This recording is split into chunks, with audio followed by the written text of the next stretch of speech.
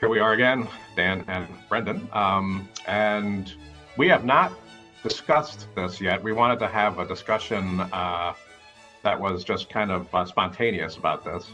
So the Supreme Court heard oral argument on the Trump tax returns, right? There are basically two different issues here. One is the legislative subpoenas, right? Congress subpoenaed information wanting to get his tax returns, among other things, but not from him, right? From financial institutions that are in possession of those.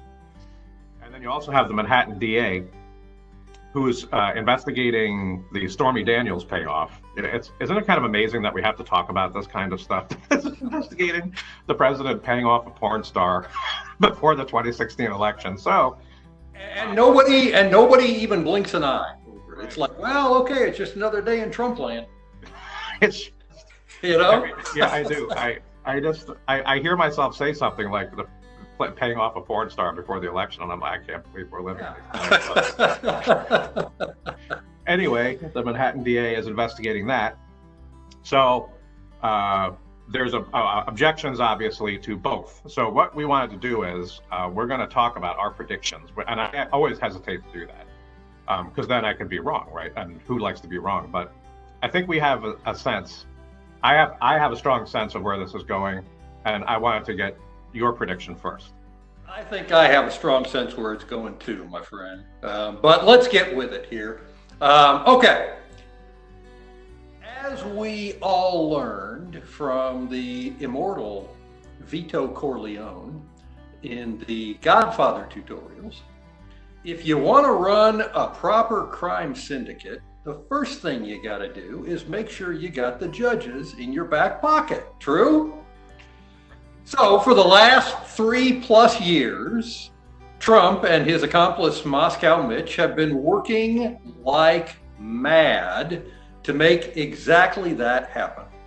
And sad to say, they've largely been successful. So to answer the question directly, no, I do not think that Donald Trump or anyone else for that matter is going to be ordered by this court to turn over Trump's taxes. I see two possible outcomes here. Outcome number one, the 5-4 Supreme Court just goes all in for Trump and rules that neither he nor anyone else is obliged to turn over his tax returns under virtually any circumstances. I think that is probably the best possible outcome, that the court just jumps in the bag for Trump and says, nope, no obligation to disclose. The second possible outcome, and I think it's probably the worst possible outcome, is a 5-4 majority declares it to be a non-justiciable political question.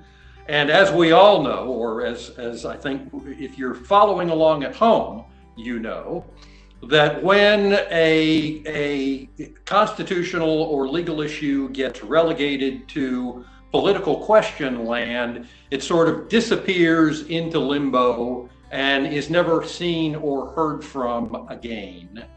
And that's the end of that, right? It doesn't really even make any sense to raise the issue as long as the same majority is sitting, because it's going to be the same outcome, non-justiciable political question. So in other words, saying it's a fight between the executive and Congress and let them fight it out. Exactly so. This is the other two branches are duking this out, and there's no reason for us, the judicial branch, to get involved. So have at it, and let's go play golf. Would that invite Congress then to? I mean, so wouldn't that be the court saying the only avenue you have available to you is to exercise your inherent power to enforce your own subpoenas? Go send the sergeant at arms over to the White House. What are we going to? Yeah. I suppose in theory that's a possibility. Now, it remains to be seen whether the Democrats have the huevos to actually try to pull that kind of move. My vote at this point is likely not. Let's just play that string out and say that that's what Nancy Pelosi does. I think that Trump just locks the front door to the White House and says, sorry, we can't come out. Nobody's here. And that's the end of that. And we have the same physical standoff that we now have in terms of a legal standoff. Yeah, we've got, so we'll have the House Sergeant at Arms against the Secret Service torpedo dogs, right, on the White House lawn. There you go. That's exactly right. And look, there is no way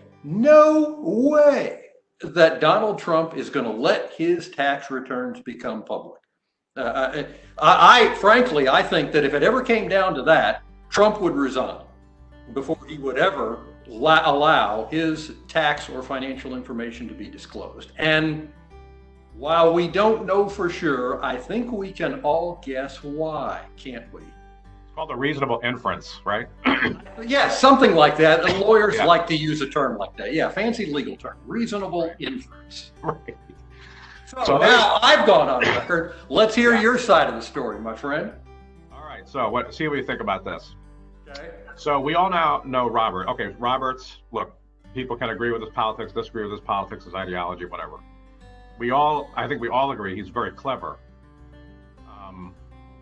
Some of the machinations that went on, like in the Obamacare case, right, Sebelius and all that, he can do some intellectual gymnastics to get where he wants to go.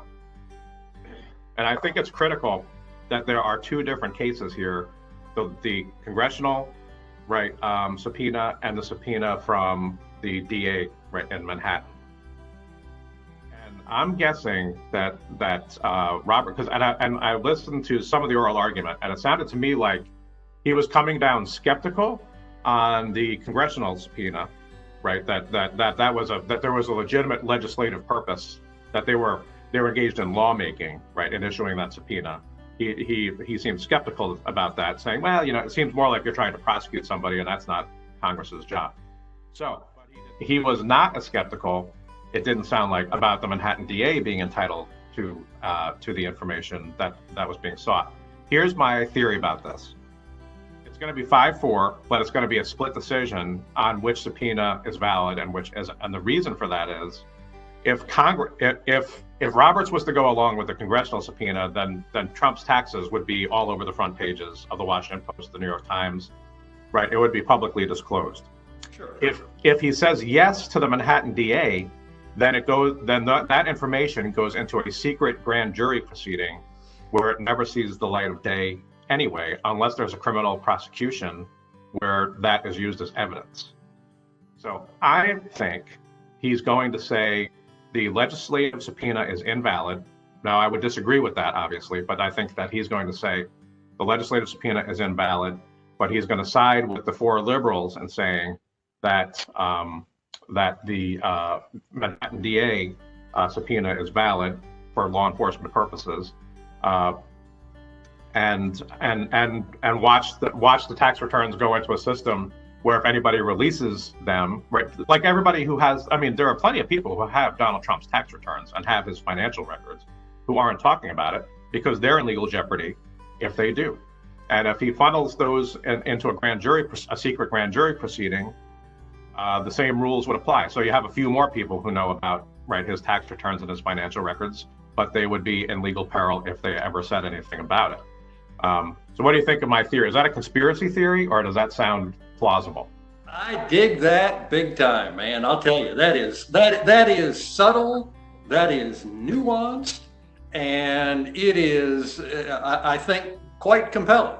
My question is, doesn't that just sort of kick the can down the road a bit, so to speak? Because you know what's coming at some point in the not too distant future. There's going to be a motion or a lawsuit to unseal the grand jury proceedings, which of course Trump and his cronies will oppose vehemently.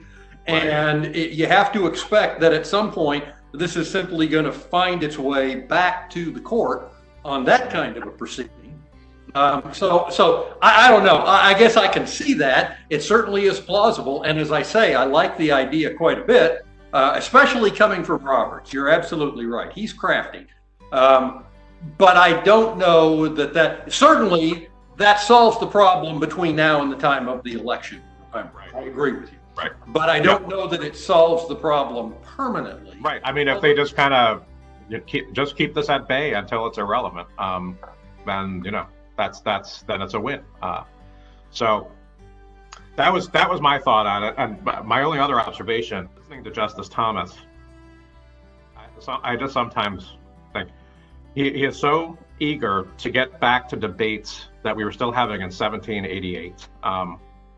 He actually asked one of the lawyers, where does it say in the Constitution anyway that Congress can issue subpoenas at all? He's actually sitting there suggesting that Congress does not have an information gathering right. Oh, that's just embarrassing. That's just flat out embarrassing. He lives in a world where the United States is not a global superpower with complex, interconnectedness with the rest of the globe. Where relationships are dynamic. I mean, he lives in a world where interstate commerce only means what? Congress can regulate roads and rivers, and that's it. That's it. Exactly. Yeah. And Congress is supposed to make laws without information, right? Because God forbid they would investigate anything. They're strictly to make laws, and they should be making laws without any information. I mean, it's remarkable, just remarkable. No implied powers at all, right? No. We have jurisdiction to control interstate commerce under maritime law, and we can also regulate post roads. Although Trump is trying to put the post office out of business too, so that may go by the wayside as well. Yeah, it's. I mean, it really is. It's just kind of. Did he spoke up in this oral argument? Did he? Yes, this is one of the things about this, because now what's happening is, since they don't have verbal cues, right? They can't see each other. Yeah. What Roberts is doing is calling on each justice. And so Thomas apparently, because he's been asking a lot of questions, he apparently feels like, if I'm actually called on, right, I can't just sit here and say, no, I have no interest in this case. Like being in a law school classroom, right? You can't say, no, I'd rather not answer that. You have to say something, right? That's right. So let's argue against any implied powers whatsoever. Right. That's great. That's it. All right. Well, we're up against the clock, but I think that was a fun discussion. So, and I do like your. I would not be surprised to see the outcome that you argue for at all. I'm going to stick by my guns just because I'm stupid and that's the way I am. But I like your solution. As I say, it's elegant, and we'll see. We'll see. We'll see. We'll in a few months we'll revisit this and see what happens. That's right. And we can both walk away with egg on our face. No, I frankly, I think the smart money's more in your corner than in mine. But like I say, who knows? We'll see. All right. Sounds good. Well, we'll see you for the next whenever something else pops up that we need to talk about. Thanks, everybody.